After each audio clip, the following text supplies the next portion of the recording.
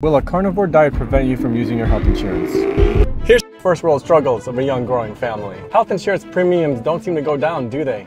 Ever since 26 years of age, 13 years ago, I have never experienced my premiums going down. It's always gone up. Price inflation on a one-income household.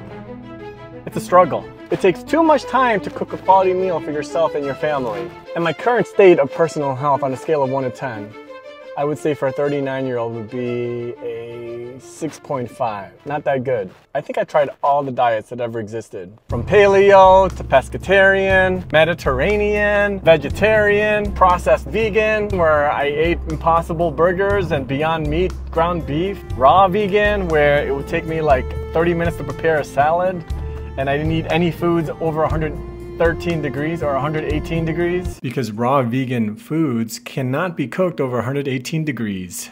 And then keto. All these diets had one thing in common. I consumed sugar and carbs. Oh yeah, keto bread, vegan brownies. The longest I ever lasted in all these diets was 3 weeks. When I was on paleo, vegetarian, vegan, I was bloated and gassy. I would be thinking about steaks and meat and burgers. I was craving ice cream. I was craving cake. I was craving all the bad.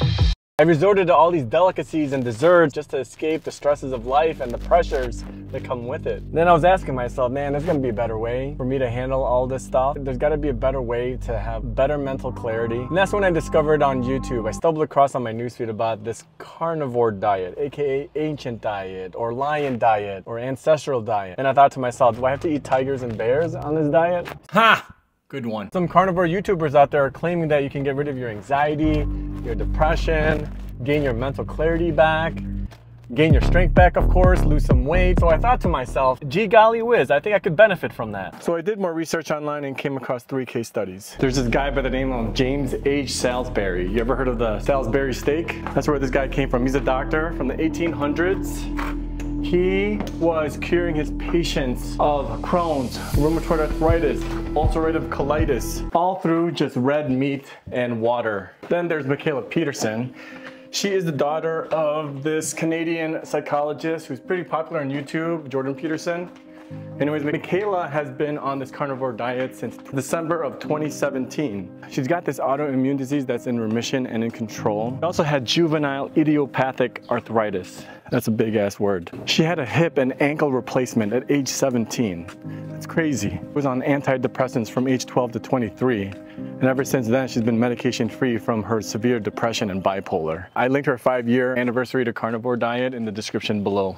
Then there's Al Dannenberg, who's a periodontist. And this dude was diagnosed with incurable bone marrow cancer in September of 2018. And he rejected all forms of chemotherapy thanks to his meat-based approach. I linked his incredible 54-minute podcast in the description below. Do you see poo-poo?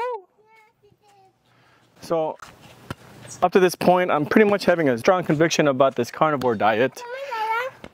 And I decided to check it out even deeper. All right, where's this poo-poo? One of the most common things that I've observed over my 10-year history of shopping health insurance for my people is that the most unhappiest shoppers and clients that I have are the ones that have pre-existing conditions. So I'm 2 months into this carnivore diet thing, and I'm really desperate in getting in the best shape of my life so that I don't have to use my health insurance as much. Poop drop. Lily Kane, one of the carnivore YouTubers that I follow, she made a video that talks about all the benefits that she's experienced so far in her journey. One of those benefits are no more joint pain in the knees. I, for one, had this huge discomfort in my knees, especially towards the end of the day, where I find myself having to sit down on the couch more often than staying standing. Ouch! And it's probably because I was a fat ass. She says she's got less inflammation, which I think I feel the same way too. Her cycle's regulated, doesn't apply to me. I have no problems with menstrual cramps, nor clotting, Bloating is something that I definitely experienced when I was on the vegetarian and vegan diet, but I no longer feel that way on this carnivore path. More consistent energy, for sure. I definitely feel that way. My blood sugars are definitely stable. I don't get any food crashes after a breakfast, lunch, or a dinner. Usually on these other diets, after I would have a meal, I would want to like lay on the couch and just like chill and not go back to work. But it's different on this carnivore diet. Lily gets less irritability, which is something that I definitely experience too. I'm more patient with my wife and my daughter. I'm definitely getting less mood swings as well. Not too many highs, not too many lows, just in the middle. She has clear skin, and I don't know, I mean, I don't have any zits really. She lost weight. Now I lost weight. I went from 220 on March 10th, 2023, and now it's May 19th, so it's about 69 days later. I lost about 15 pounds. Went from 220 to 205-ish. But I'm not done yet. My goal is to be about 185, yeah, I think that's a good number. Lily has less body odor, and I feel like I don't smell. I stopped using my deodorant just because I heard that carnivores don't need to use deodorant, so I figured I'd give it a shot, and I haven't had any complaints from my wife. No stinky gas. I still have stinky gas. How do I know? I asked her. Hey, when I fart, does my fart still stink? Ask her.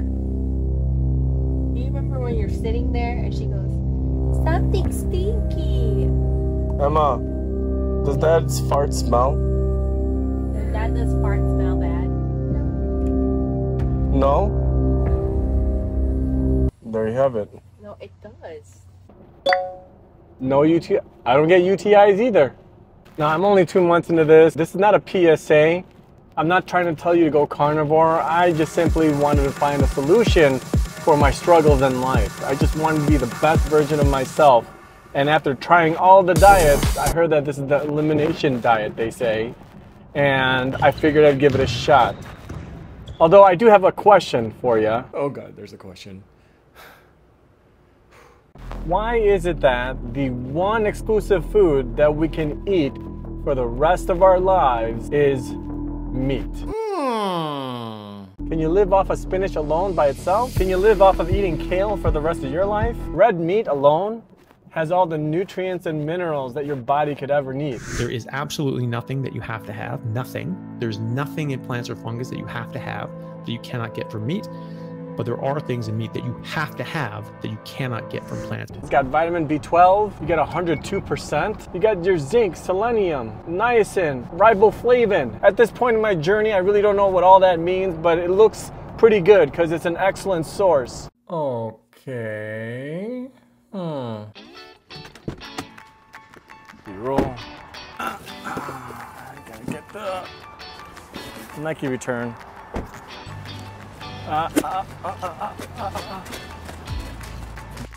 If you think about human evolution and the history of hunting versus farming, we've been hunting for over like 3 million years. I know this because I Googled it. And we've only farmed for 10,000 years. Agriculture and farming didn't start until 10,000 years ago. So if you take 10,000 years of agriculture farming divided by 1 million years, let's say, of hunting, that comes down to like only 1% of our existence, where we've been eating avocados, cabbages, lettuce, grapes, anything man-made or farmed, carrots, corn, tomatoes, kale, cauliflower, Brussels sprouts, cabbage. These were all man-made. Did you know that? I didn't know that. I didn't either. They were man-made 10,000 years ago, which is only 1% of our human existence. Our diet throughout our history has been eating animals, ruminant animals, whether it's cows, deers, bison, elk, mammoths back then. That's how we've survived and thrived. I forgot pork, and I'm Asian. Asians love pork. All I'm saying is that the better my diet is, the better my health. And the better my health is, the less I use my health insurance. Because I know if I eat like for years, and then 5 years down the road I need surgery or a transplant or worse, chemotherapy, I'm afraid of cancer. It's not a sexy way to die, being in a bed, getting radiation. If I were to die, I would want to die more violently, like hitting the ground from skydiving, not in a bed getting chemotherapy. I just feel like a slow death really hurt. But if you were just to like blow up because your body splattered on the ground from the air, you wouldn't really feel it because it'll be so instantaneous that you're just dead. Anyways, health insurance rates go up the more you use it. Health insurance plans typically go up, especially in a group health insurance setting. Imagine if you work for a small employer and there's only 10 employees within the company and you get a heart transplant. The following year when it's open enrollment for your business, for your company, don't be surprised that your health insurance rates went up because of this group of 10 employees, you're the one me? That made it go up because you filed a $200,000 medical claim one year. And you wonder why it's hard to get raises at your job. Drop the Doritos, gosh darn it. No. Just so you know, nobody cares about you. No, that's not true. Your doctor doesn't care about you. Oh, standard of care prescription quota not met. Sure, they're nice on the outside, but if you're not sick, you don't need the doctor. And if you don't need a doctor, doctors won't have a job. I'm medical school loan debt free because of you. Thanks. There's no money in a healthy community. Profits over people. Say it with me. Profits over people. Profits over people. But there are some that do care. Some of the carnivore doctors that I've been binge watching lately are by the names of Dr. Anthony Chafee, Dr. Canberry, Sean Baker, Paul Saladino. These 4 doctors slash YouTubers, if you look at their physique, they're in the greatest shape you could ever imagine for a physician. Is your doctor in shape? Do they practice what they preach? Anywho, food companies don't care. They just want you to buy their stuff. They've got all these GMOs, preservatives, and seed oils within the ingredients just to extend shelf life. They want you to be a victim of repeat purchases. And the way they do that is by you getting addicted to sugar. Look at all the ingredients of all the junk food that you eat. Sugar is like usually the top 4 out of the 30 ingredients. Fast food chains and restaurants make their meals and dishes with affordable ingredients that harm you. Chipotle uses rice bran oil. Hooters, Wingstop, Panda Express, they use soybean oil. Rice bran oil and soybean oil, these are just a few of the seed oils. There's also corn, cottonseed, sunflower, peanut, sesame oil, all not very good for you. Here's the one thing I've learned. Seed oils cause oxidation. If your cells oxidize, your cells are gonna age and die. And this leads to inflammation. And inflammation is responsible for all the cancers and heart disease our country faces. So, does eating a meat-based diet prevent you from using your health insurance? I think so. The one thing that I definitely witness is that as health insurance continues to inflate and go up every year, people are gonna get mad. And the more mad people we have in this world, the more irritable we are, the more unpleasant we're gonna be with the people around us, our friends, our spouses, our kids, and then we're gonna eat like crap. Crappy eating for years can develop into a mental illness. You could get anxiety or depression, and then you're gonna think negative thoughts. Then, one magical day during your 1-hour commute from work, you get triggered by road rage. Somebody's honking on you, giving you the middle finger, cussing at you through their window, telling you that you're in their lane, whatever the case may be, and you get triggered by that. Then you get out of the car, bust out your gun. Next thing you know, you're on my 6 o'clock Twitter feed. Well, I don't want that to be me. I don't want that to be me. That's why I'm on this SAF diet. This is satiating AF. Yeah. So yeah, I feel like being on a carnivore diet will help prevent you from using your health insurance. Here's a video of my first 60 days as a carnivore.